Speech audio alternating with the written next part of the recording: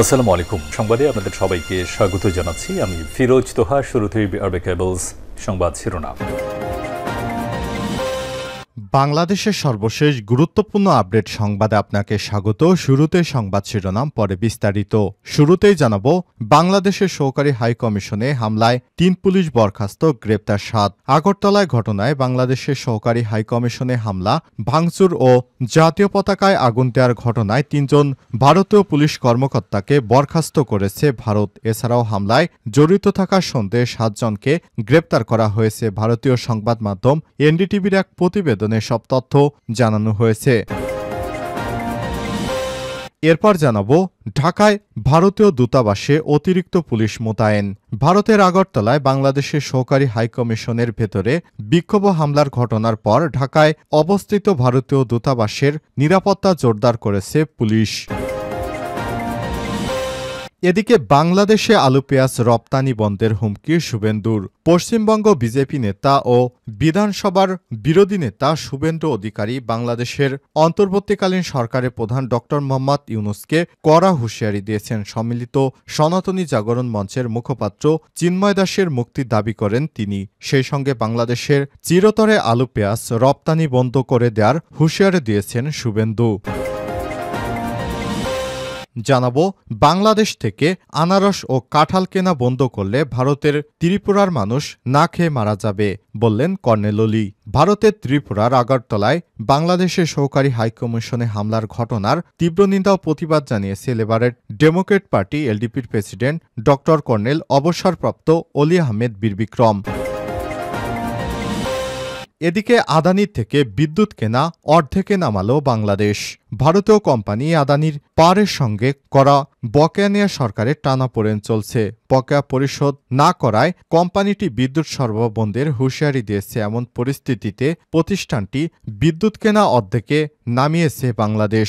আজ ভারতীয় সংবাদ মাধ্যম হিন্দুস্তান টাইমসের এক প্রতিবেদনে সব তথ্য জানানো হয়।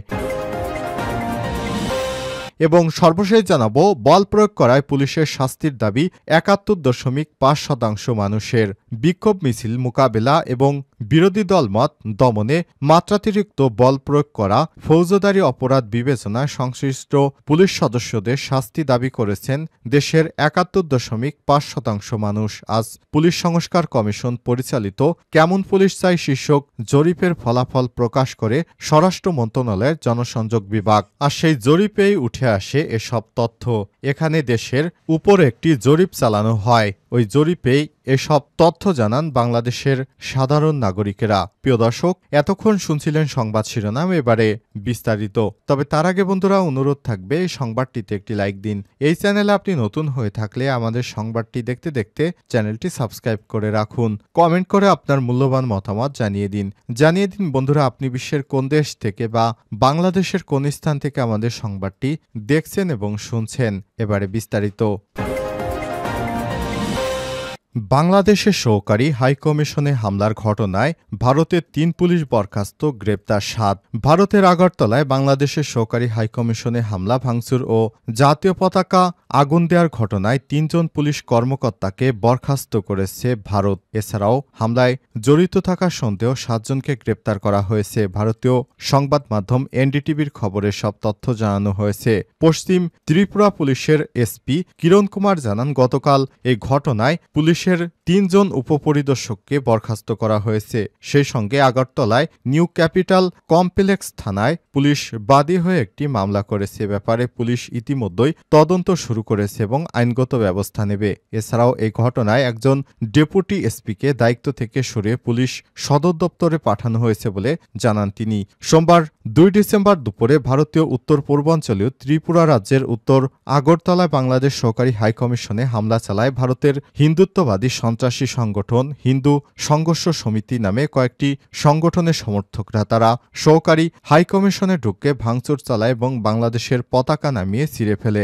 এই ঘটনায় দুঃখজনক বলে বর্ণনা করেছে ভারতের পররাষ্ট্র মন্ত্রণালয়। তারা বলছে, কূটনৈতিক এবং কনসুলার সম্পত্তি কোনো অবস্থাতেই লক্ষ্যবস্তু করা উচিত নয়। নয়াদিল্লিতে বাংলাদেশ হাইকমিশন এবং দেশের ভারতের অন্যান্য স্থানে তাদের উপসহকারী হাইকমিশনের নিরাপত্তা ব্যবস্থা জোরদার করার জন্য সরকার ব্যবস্থা নিচ্ছে। এদিকে আগরতলায় বাংলাদেশের বিষয়টি পূর্ব পরিকল্পিত উল্লেখ করে নিন্দা এবং কড়া প্রতিবাদ জানিয়েছে বাংলাদেশ। পররাষ্ট্র মন্ত্রণালয়ের এক বিবৃতিতে বলা হয়েছে, হামলার ঘটনা বাংলাদেশ সরকারকে গভীরভাবে ক্ষুব্ধ করেছে। এই ঘটনা প্রবাহ দেখে এটা প্রমাণিত হয়েছে যে হামলাটি পূর্ব পরিকল্পিত এবং এই ঘটনা কূটনৈতিক সম্পর্ক বিষয়ক ভিয়েনা সনদের লঙ্ঘন। ঢাকায় ভারতীয় দূতাবাসে অতিরিক্ত পুলিশ মোতায়েন। ভারতের আগরতলায় বাংলাদেশ সহকারী হাইকমিশনের ভেতরে বিক্ষোভ এবং হামলার ঘটনার পর ঢাকায় অবস্থিত ভারতীয় দূতাবাসে নিরাপত্তা জোরদার করেছে পুলিশ। সোমবার 2 ডিসেম্বর রাত থেকে ঢাকায় অবস্থিত ভারতীয় দূতাবাস এলাকায় বাড়তি নিরাপত্তা জোরদার করা হয়।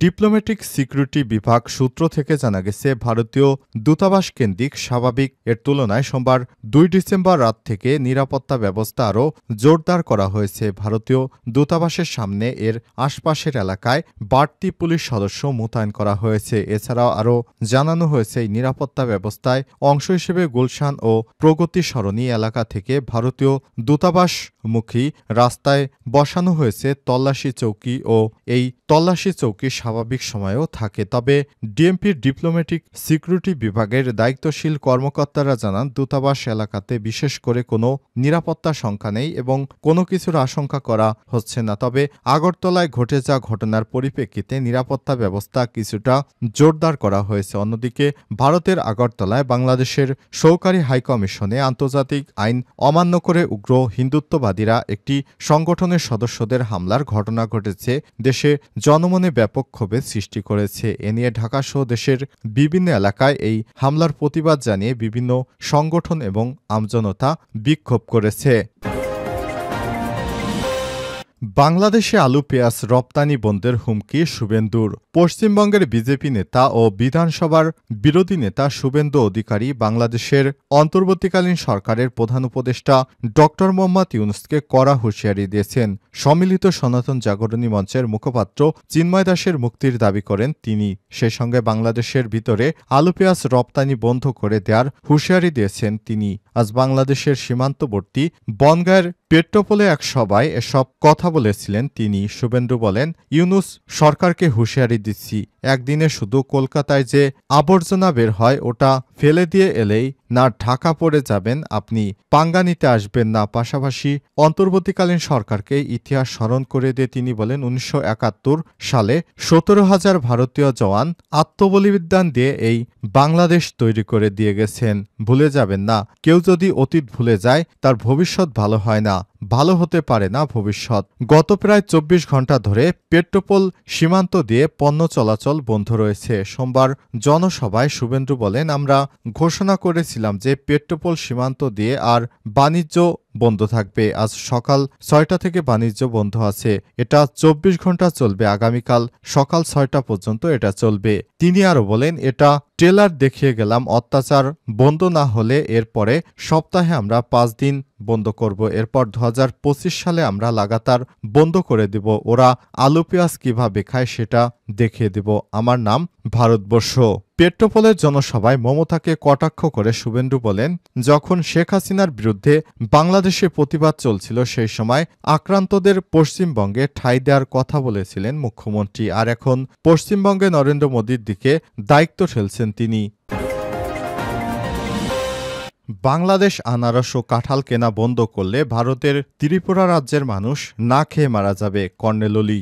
ভারতের ত্রিপুরার আগরতলায় বাংলাদেশের সহকারী হাইকমিশনে হামলার ঘটনায় তীব্র নিন্দা ও প্রতিবাদ জানিয়েছে লেবারেট ডেমোক্রেট পার্টি এলডিপির প্রেসিডেন্ট ড কর্নেল অবসরপ্রাপ্ত অলি আহমেদ বীর বিক্রম। আজ মঙ্গলবার এলডিপির যুগ্ম মহাসচিব সালাউদ্দিন রাজাকে স্বাক্ষরিত এক বিবৃতিতে তিনি এসব কথা বলেন। অলি আহমেদ বলেন, বাংলাদেশ সহকারী হাইকমিশন প্রাঙ্গণে ভাঙচুরের ঘটনাটি অত্যন্ত দুঃখজনক। বাংলাদেশ যদি ত্রিপুরা থেকে আনারস ও কাঁঠাল কেনা বন্ধ করে তাহলে তারা না খেয়ে মারা যাবে। বাংলাদেশের মুক্তিযুদ্ধের মাধ্যমে অর্জিত স্বাধীন দেশ, তারা অন্য দেশকে সম্মান করতে জানে। আমাদের মনুষ্যত্ব এখনও বিলুপ্ত হয়নি। পশ্চিমবঙ্গের মুখ্যমন্ত্রীর মতো মমতা বন্দ্যোপাধ্যায়ের জাতিসংঘের কাছে বাংলাদেশে শান্তিরক্ষী বাহিনী পাঠানোর বিষয়ে প্রতিবাদ জানিয়ে তিনি বলেন, ভারতের বিভিন্ন রাজ্যে যখন মুসলমানদের উপর হামলা করা হয় তখন মমতা কোথায় ছিলেন? তখন তিনি কেন এর প্রতিবাদ করেননি? জাতিসংঘের কাছে বাংলাদেশে শান্তিরক্ষী বাহিনী পাঠানোর আবেদন জানানোর আগে ভারতের প্রতিটি রাজ্যে জাতিসংঘের শান্তিরক্ষী বাহিনী মোতায়েন করা উচিত। বাংলাদেশের কোথাও হিন্দুদের ব্যবসা প্রতিষ্ঠান ও মন্দিরে হামলা হয়নি জানিয়ে কর্নেল ওলি আহমেদ বলেন, পশ্চিমবঙ্গের মুখ্যমন্ত্রী মমতা বন্দ্যোপাধ্যায়কে আমন্ত্রণ জানিয়ে বলবো, আপনি ট্যুরিস্ট ভিসায় বাংলাদেশের প্রতিটি জেলা ভ্রমণ করুন, তাহলে বুঝতে পারবেন এদেশের হিন্দুরা কতটা নিরাপদে বসবাস করছে। বিদেশে বসে বাংলাদেশ নিয়ে অপপ্রচার করতে তিনি তাকে বারণ করেন। বাংলাদেশে সব মানুষের সমান অধিকার রয়েছে জানিয়ে কর্নেল ওলি আহমেদ বলেন, বাংলাদেশের শান্তির দেশ, এখানে সবাই নিরাপদে যার যার জায়গায় সুন্দর মতো বসবাস করছে। যারা অপপ্রচার করে তারা বাংলাদেশের মঙ্গল চায় না।